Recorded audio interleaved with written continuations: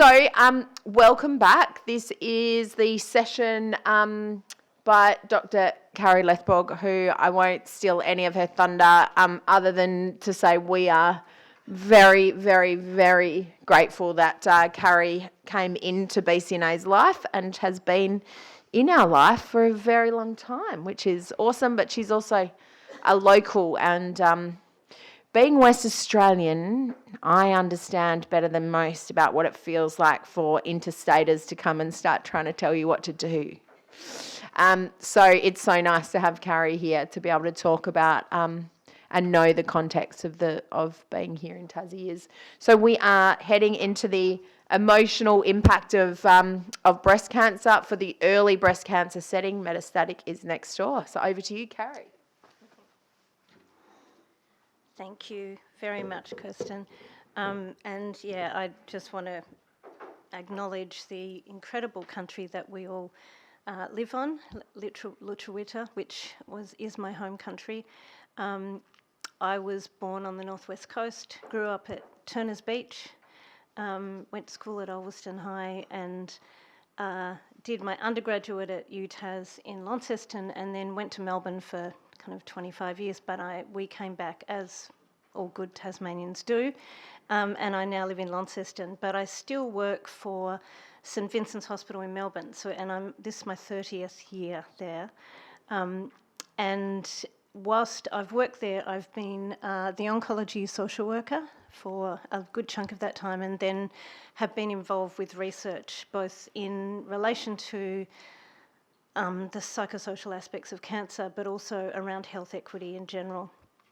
And one of the things I'm very passionate about is the lack of health equity in Tasmania. And I've been through, I had a dad with prostate cancer, and I've worked in different parts of the Tasmanian Health Service.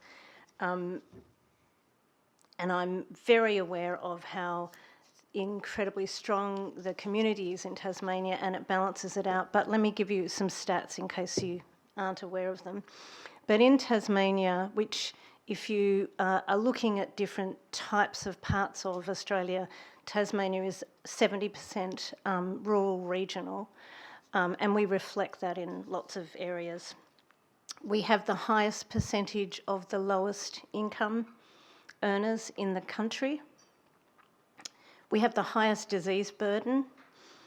On the northwest coast, I think 7.8% of people have a disability that requires care, and then if you add on top of that the people that are ageing who need care, there's an enormous amount of carers in this state. We have the lowest Medicare claims per capita in the country, and of course one of the reasons is that we have the lowest amount of GPs per capita in the country, but also 10% of Tasmanians don't go and see a doctor because of costs. We have the second highest proportion of Aboriginal people in the country. This might surprise you, only second to the Northern Territory. So per capita, we have the second highest proportion, and many, in fact, a study that was done a few years ago found 30% of Indigenous people don't feel culturally safe using mainstream health services in Tasmania. We have the highest rate of suicide in the country. It's such a damning shame. It's the highest reason that we lose people from between the ages of 15 and 44, and most of them are men.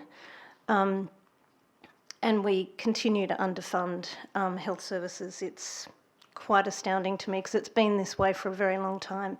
So whilst I do want to get a fire in your belly about that, and we should be calling out against it, and can I say that most services in Tasmania are in the south, but I'm sure that all of you have probably found long waiting times and difficulties anyway, but if you're in the north, northwest, northeast, it's incredibly difficult to get health services. But I also know, I grew up in a family that was a Rotary family. My mum was part of the Women's Auxiliary. We were part of a community that if anyone needed it, you just helped. And you don't see that in the big cities where I've worked for a lot of my life. So there's a balance, and of course we live in this most beautiful state in the world, state in the country in the world, I think. But it's a toss-up, and there's a tension there that I have. So I need to just mention that. What I want to talk to you about today are the lessons that I've learned from working with people who have had a cancer diagnosis or love someone who has a cancer diagnosis. I've never had one, but I hope that some of this will resonate with you in order for you to go, okay, that's why I felt this way.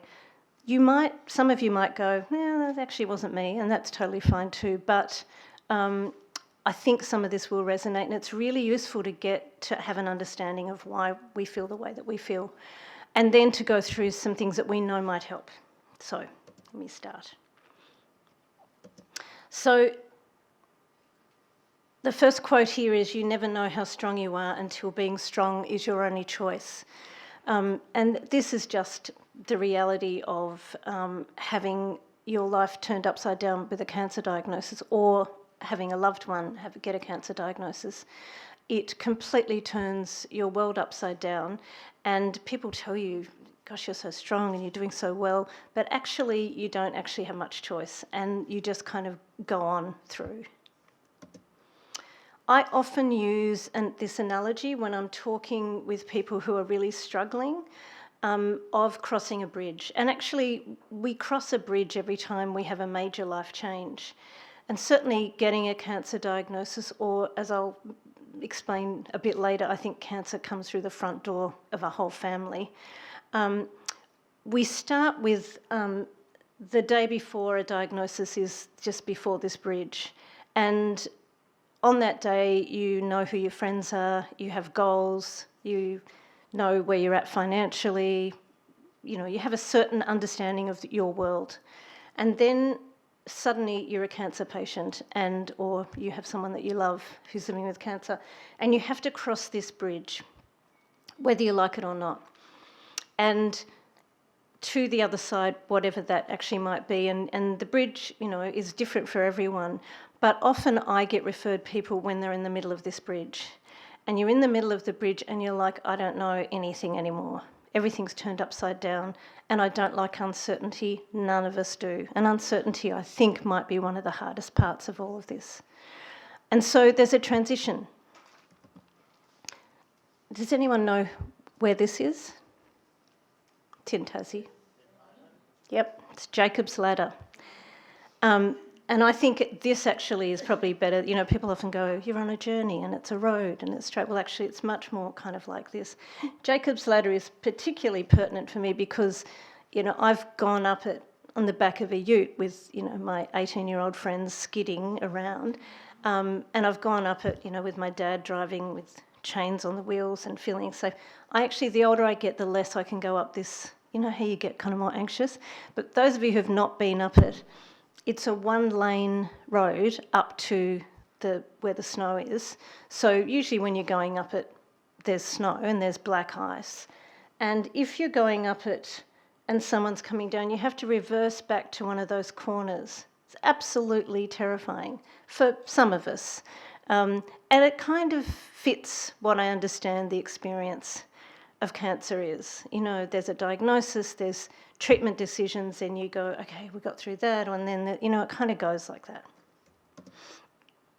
I want to tell you about a study that we did. These are very old slides, they're not groovy looking at all, but we did it 22 years ago at St Vincent's. And we did it because I was really finding it interesting that I would meet most people when they had their first diagnosis of early stage breast cancer, and I'd explain to them all the services that were available. My office was in day oncology, so I worked really closely with the nurses. They went through treatment, and then most people would be doing fine until about 6 weeks after their treatment ended, and they'd come back to see the oncologist and they'd say, I can't stop crying now.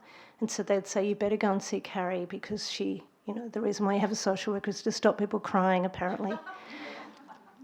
So we decided we'd do this study and go, what's going on here?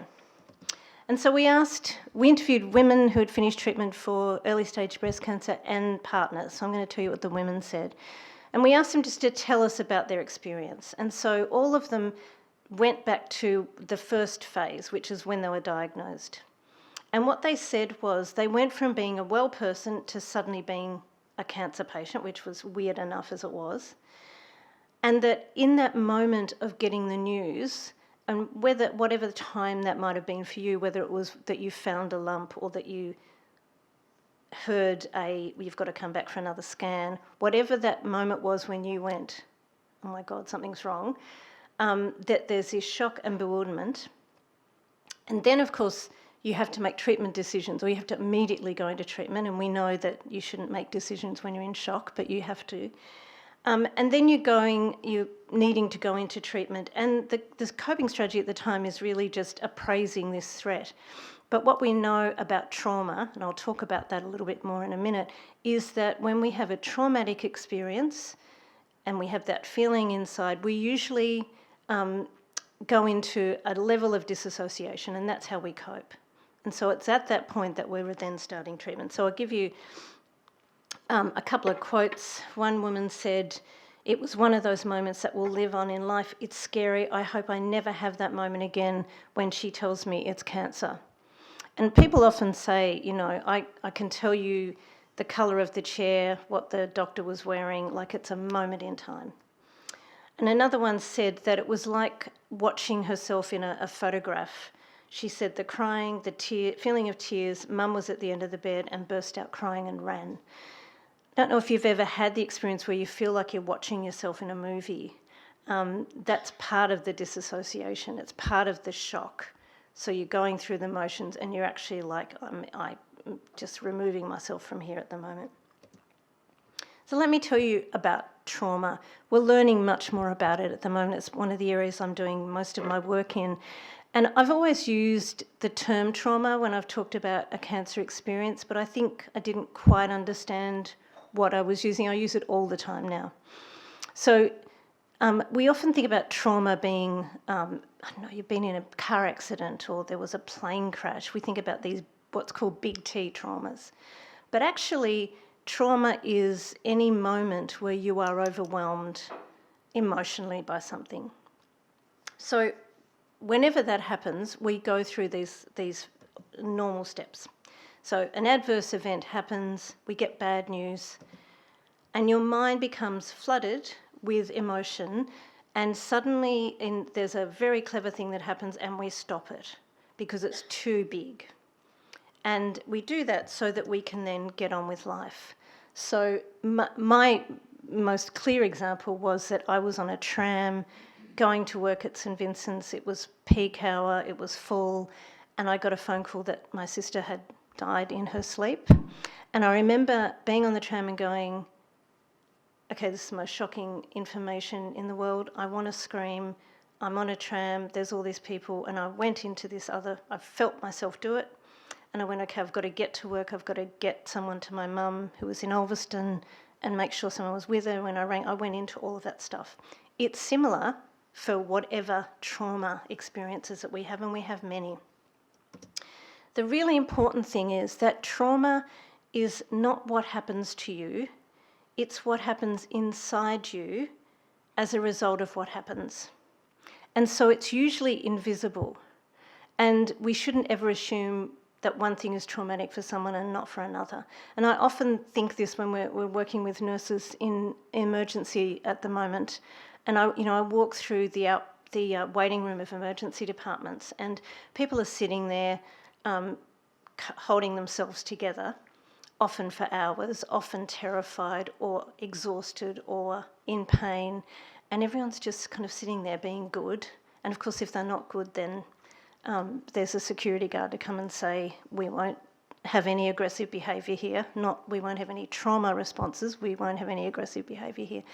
But actually what's happening inside all those people is this enormous amount of emotion. So we often are not seeing it. And when we haven't dealt with traumas that have happened before, they always come up again in these moments. Now, I'm not saying you have to go back and deal with every trauma you've ever had. It's about learning how to know in your body when you're feeling something like that and going, okay, that's really hit me.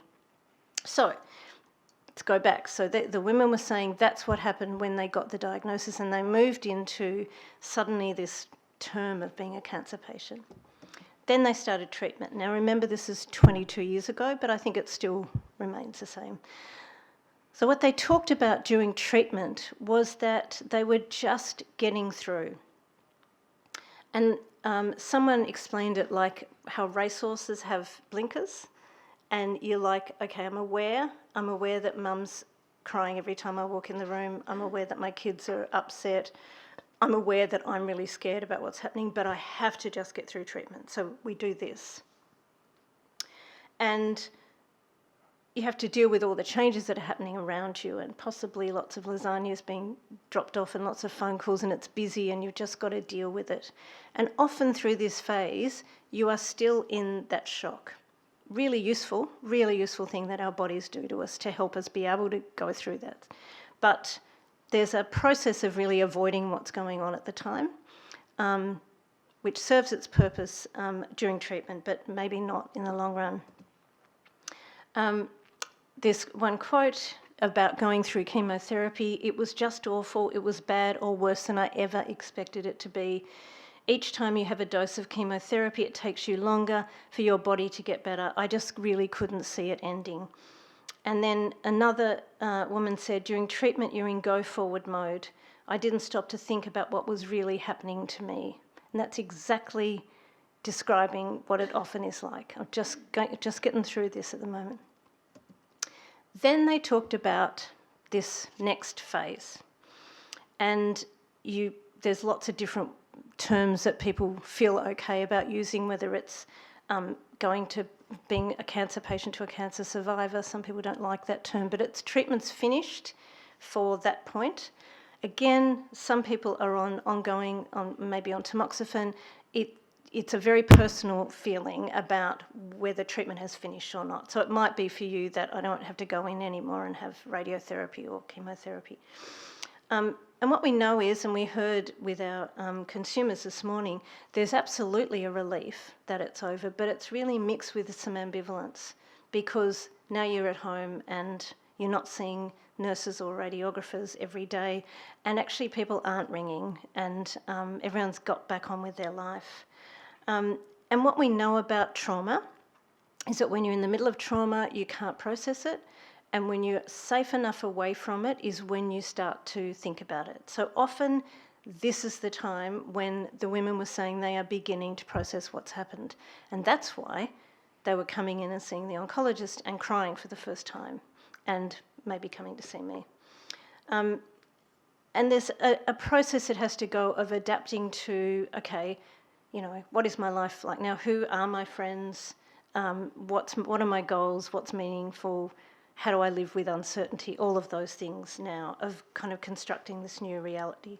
So there's kind of a looking back and a looking forward and trying to work it all out. Claire said when she finished treatment, I can do cartwheels down the street. And then another person, Annie, said, at the time of going through treatment, the time of being operated on and having all of that was a time when I didn't really think I really had cancer. Looking back, I think it was a bit unreal, whereas now it's becoming real. Such a good quote. I've spoken to lots of people who have said, I actually didn't even let myself really think I had cancer, didn't really take it on until I'd finished treatment. So the important part of this was that it is hard to process trauma when you're going through it, and it's often when the initial crisis is over that we're able to consider what has happened. And so when Mika said this morning, I think it'd be good if people were checked on 6 months later, I think it'd be good if we actually warned people, or if we actually talked about there's a diagnosis phase, there's a treatment phase, and then there's a recovery phase. And we actually just set it up as a really normal response, is that you finish treatment and then you go, okay, now you maybe need some support in what does this mean for you? So of course, that bridge that we're talking about, one of the hard bits is not knowing what's at the end of the bridge. And so we know fear of recurrence is almost universal. And at some level. And again, the most normal psychological thing in the world is that you've had this shock, it was really scary, you were offered treatment, you thought, gosh, am I going to have to go through treatment? That's going to be terrible. You got through treatment. And then you go, okay, well, now do I just go on and not ever deal with the fact that I had my life turned upside down? So it's really normal to be worried about if that's going to happen again, to be worried about every little ache and pain. For most people, that settles the longer you are away from treatment. But if it doesn't, there's some really useful things you can do in terms of getting support for that. Said before about impact on family. I like the use of these mobiles as an image. So these mobiles, first of all, they look a bit like a family genogram us social workers draw when we draw your family. My sister was amazing. She had, there were 3 different partners and 2 children from each partner, so her genogram was like... and, there's lots of genograms that don't look like this, but if the person representing that blue bit in the middle, we said they had cancer and we flicked it, what happens, as happens in any family, is that everything gets moved. Some things spin around, some things get tangled up, some things just move a little bit and get on with their life. But cancer comes into a family, and I use the term family quite loosely. It comes into any close group of people, and it impacts everyone. And I think the other thing we should be doing is when someone's diagnosed and we talk to them about what their treatment options are, and then we say, what things do you need? I would love us to then say, and can we meet the rest of the family and see what they need as well? Especially because the weight of the worry about family, we know, is one of the hardest parts of actually dealing with your own cancer experience. We also know that, I've certainly worked with some women and one man whose partners just left, couldn't deal with it. But more than that, I've worked with many, many partners who have hung around and who have absolutely gone, this is our next bit in our relationship, we're dealing with this together. And what we know is, if we could measure it exactly, partners have the same level of distress and the same level of worry, but they're different. And again, we set partners up to just have to carry the load, and we don't talk to them about, so what's going to happen is you're going to not want to think about your own needs because you're going to think that hers or his are more important. You're going to get all the phone calls going, how are they going? You're going to have your own thoughts about what does my life mean. You're going to have your own anxiety, and we should be supporting you through that. And one of the things that happened at the end of that study was, so we asked partners about their experience, and they said when the diagnosis happened, they were like shocked, just like she was. When treatment happened, they went into, okay, I've got to pace myself through. I've heard it's going to be 6 months of treatment, so we're going to work out how we do that and what happens with the kids and work and whatever. And then when treatment finished, they went, great, now we can get on with life and everything will be great. And of course, she was now crying. So the most times that I get referred partners or couples is at the end of treatment. And again, if we'd just said, you two are going to go on a journey, they're going to be really different journeys. And this is how it's going to look, and we could do so much better if we just talked about it. We know that little people have amazing imaginations, and they are also cognitively, their brains are built to see themselves as the centre of the universe. Those two things combined means that if we don't give children information, they will make up something much worse in their mind, and quite often they will blame themselves in some way, and so that's because they are the centre of the universe.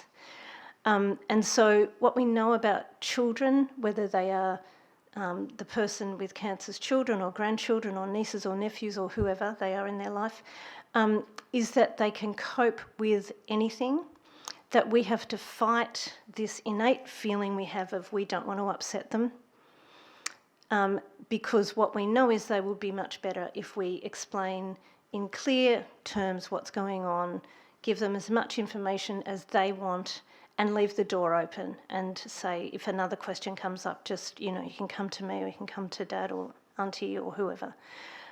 That's what we know to be true. And I've worked with lots of children. I've worked with adults who were children during this, and I can tell you this is the case.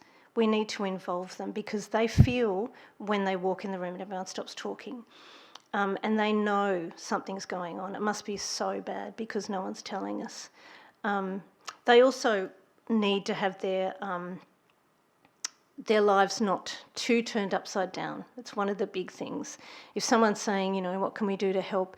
Saying, look, Sam has to keep going to footy training because that's actually the important thing for him. Can you help with that? Make sure you ask for that stuff. We mentioned a bit this morning about impact on friendships. You don't have to put your hand up if you don't really want to, but can I ask for hands for anyone who had a friend in your life that you assumed would have been there for you if this happened and they weren't? Yeah, okay. It's really common and it's not talked about enough at all. And we kind of feel a bit like the older we get, we're not supposed to be upset about friendship things. Well, of course, it hurts as much as it did when we were 11 and in the school ground. It's really common for people to have friends who just can't deal with their cancer diagnosis. And it can be for a lot of different reasons. It could be what it brings up for them. It could be that they don't feel like they can support you. Who knows? I just want to normalise it for any of you that it's happened to because it's not about you. It is such a common thing.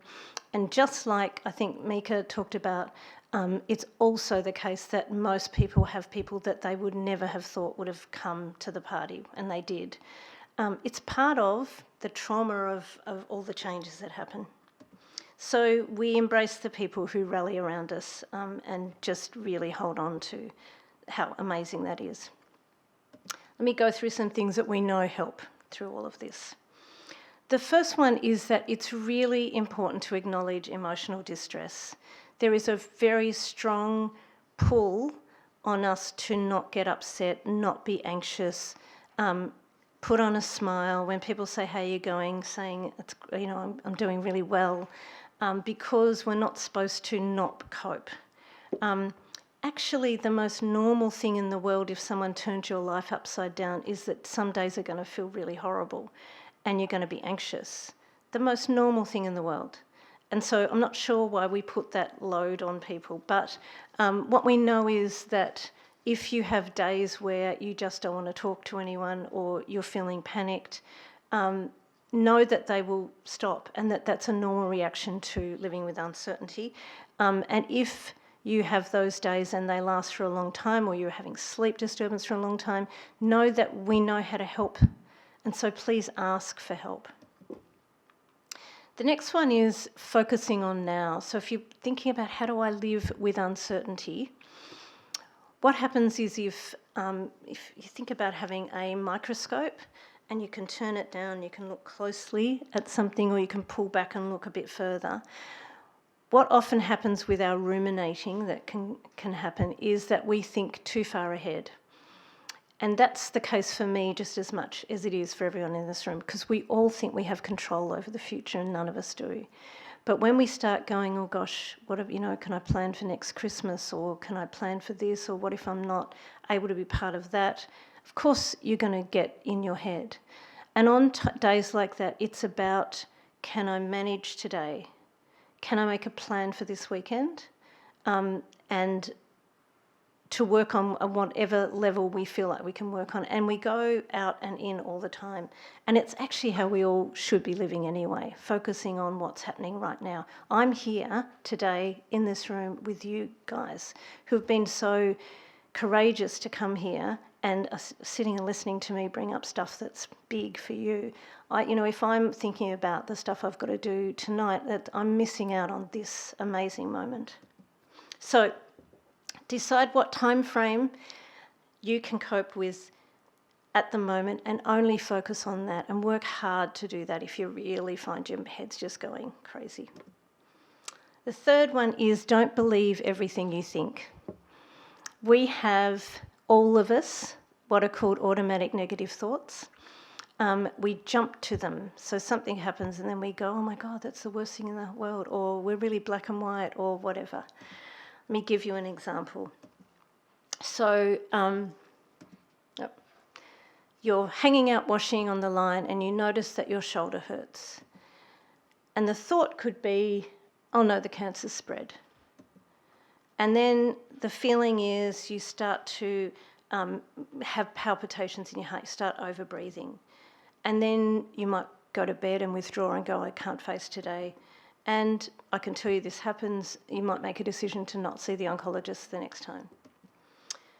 What we need to do when we jump to those conclusions, which happens all the time, you know, you see a friend and they cross the road in front of you and you think that's because they hate me. And it might be because they just went, oh God, I've got to remember something over there. Okay, so we do it all the time. We have to stop and challenge it. Hang on a minute. Do they really hate me? Is my shoulder really meaning that my cancer has returned? So we stop and we check it. We go, okay, could be a number of things. Did some gardening on the weekend. That could be why my shoulder's sore. We do something about it. So we might do some breathing exercises to calm down that panic. And we work on what we can do about it. So it might be we use a heat pack, we take some Panadol, and we say in 3 days' time, if it's still sore, I'm going to make sure I go and see the doctor. So that's how we pull back those moments of great panic. Another one is, you know, scanxiety. So you've got a scan coming up. And what can often happen is we don't even process what the thought is, we just start feeling anxious. So we're throwing things around the house, we're snapping at everyone, we're unable to sleep, there's tension in the relationships and in the household. And then we stop and we go, okay, why am I doing this? It's because I've got another scan tomorrow, and actually I did this last time as well. So we go back, what was the thought that's making me do this? So how can we fix it? We might stop and think about why you're feeling tense and make a plan to address it.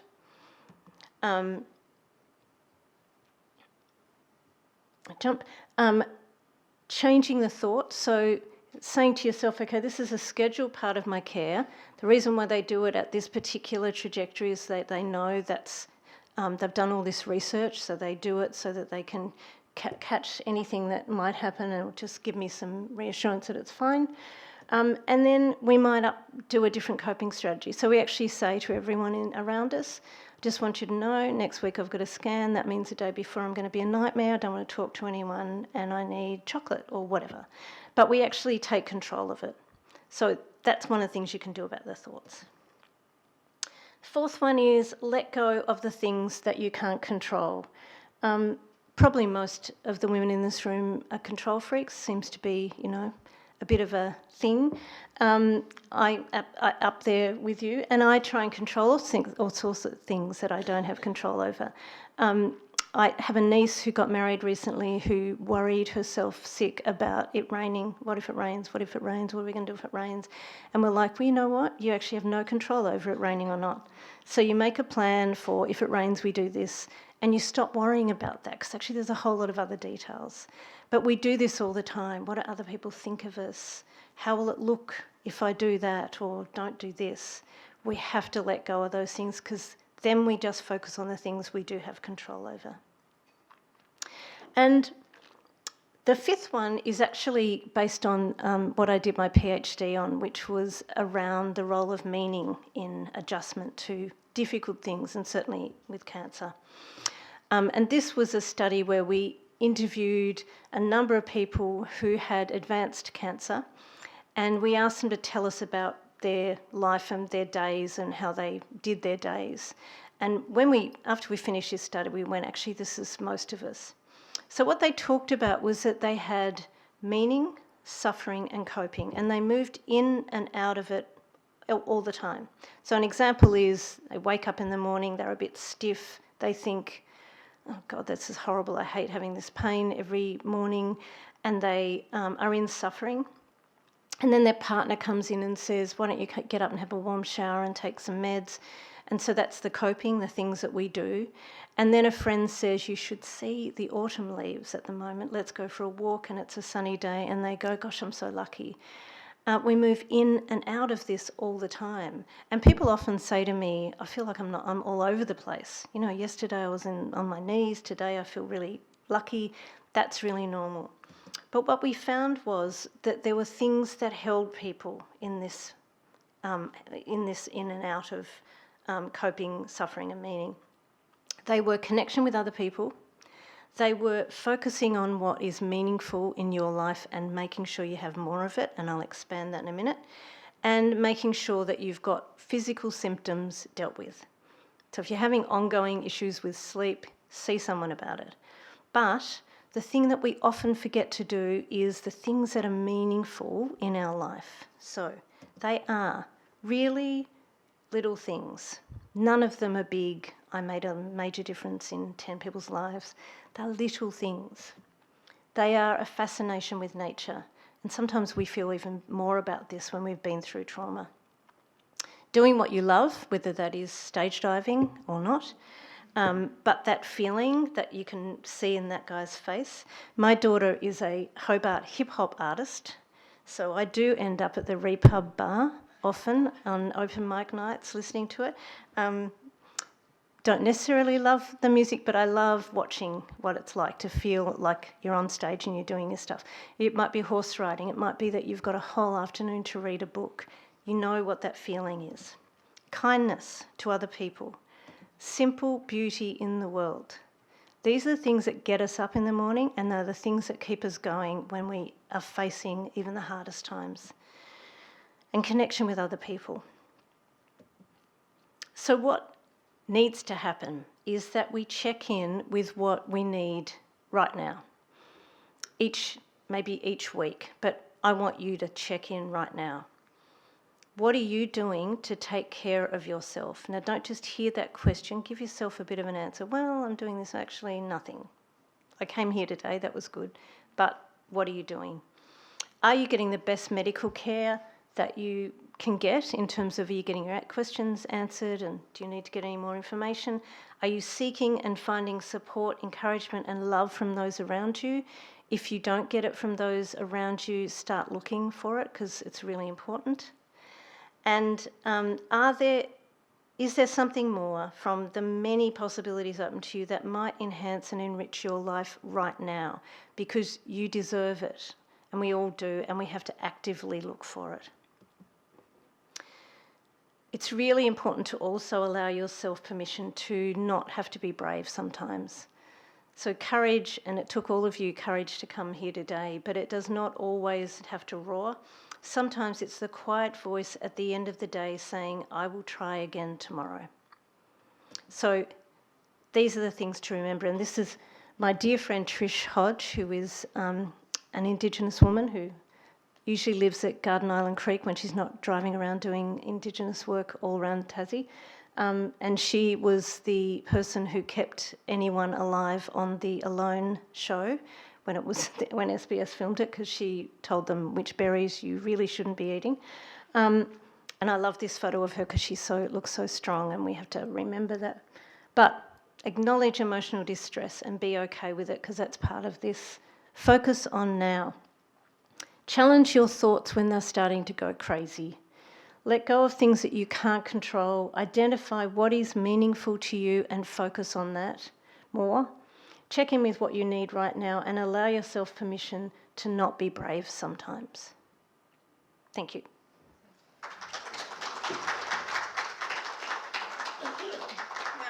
We do have a couple of minutes for questions. We've finally caught up on the schedule, which is lucky. I'll be allowed to go home tonight.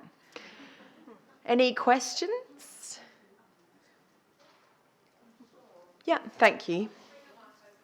Yeah.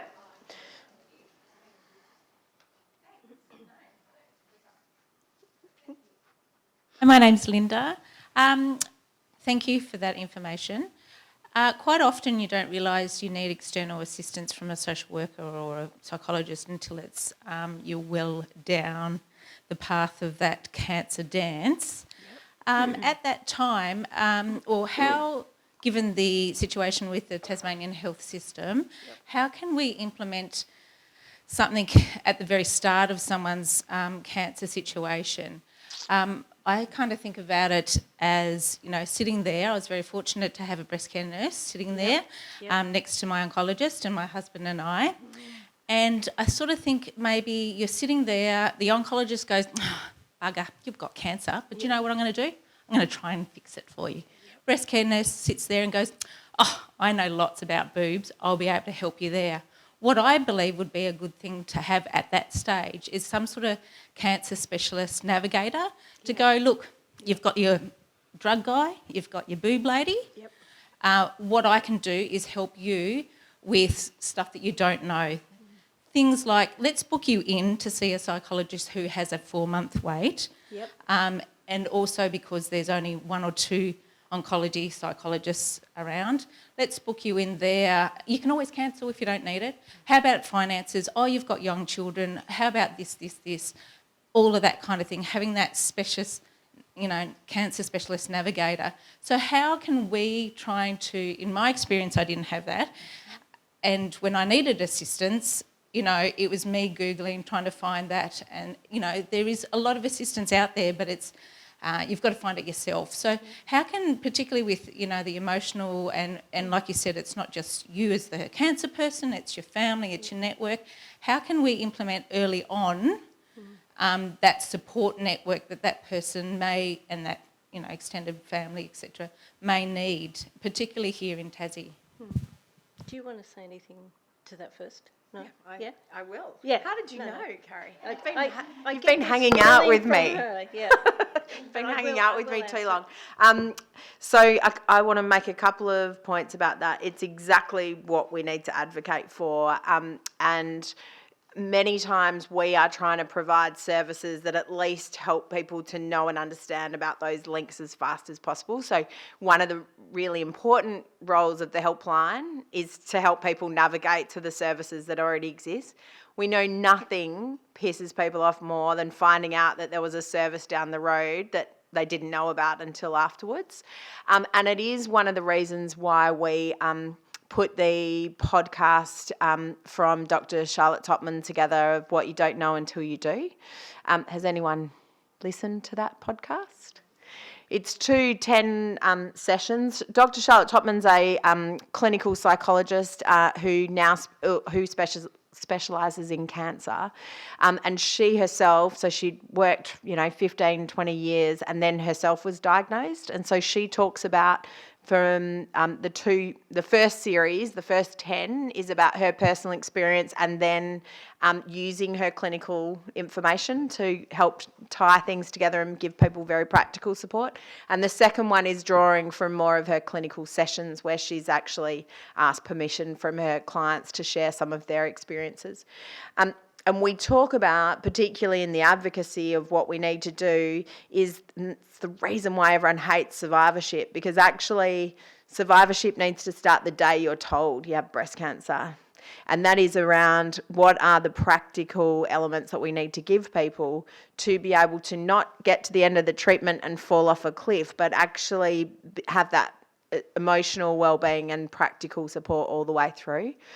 We are a long way from there. So I do hope that people can kind of see BCNA in a different way of not just servicing information, but actually helping to connect you into services that exist. But I do think we're all pretty... Well, you respond now. Okay. I know you'll have a view as well. Well, one of the really sad things for me is when I was the social worker on the oncology ward at St Vincent's, 30 years ago when I was starting, that is, we had a model where everyone had everyone support them and see them when treatment finished and do all that preempting. And, we've noticed post-COVID, even on the mainland, that stuff is not happening anymore. one of the things I'll say to you is, and I've been trying to explain some of that process that we go through that's really normal, often it isn't until treatment finishes that you might start going, actually, I might need to talk to someone. Be great if that was easy, but don't feel like, gosh, I left it so long, or it would have been an easier process if I'd spoken to someone, then maybe you wouldn't have been able to. That's another thing that I would say. The helplines, so BCNA helpline and the Cancer Council helpline, so the Cancer Council Victoria helpline staff cover Tasmania as well. They have a free counselling service that they can then connect you to. And I think helplines, again, we saw through COVID, when everything else stopped, the fact that you could pick up the phone and say, I'm not really sure why I rang you, but this is happening. We've seen how incredibly important that is in terms of linking people to services. But there are not enough services, and it's not understood enough. One of the reasons why I really do talk about trauma is that this is not some light little part of the cancer journey. This is a really important thing that we need to be managing the trauma of this experience on you and your family, and assisting you to be able to then get on with life and live your best life, and not have traumatised you so much because we didn't support you. So some of it is we need to just be saying that over and over again. But, do link in with places like BCNA. The other thing I'd say to you is that if you've been offered, or you know of, psychology or social work support that's online, video online, I used to think, oh, that's not going to be as good. Actually, it can be really good, and you can feel even more connected because it's just you and that person. And in terms of opening up some of the rural areas and being able to link in with psychological services, it's been a bit of a game changer as well. So, yeah, we're really aware of it, and I wish that had happened for you. And I'm glad that you've sought it as well. But my feeling was always, when I met someone who'd had a cancer diagnosis, I would say to them, there's a whole lot of stress I can't do anything about, but I want to work out how we can get rid of any of the other stresses we can help. And that's what I think, that's the least we should be offering. Yeah. Looks like... Yes, we're on... Dr White has arrived. Yes. Thank you. Please thank Carrie, who's going to magically move next door now. Thank you.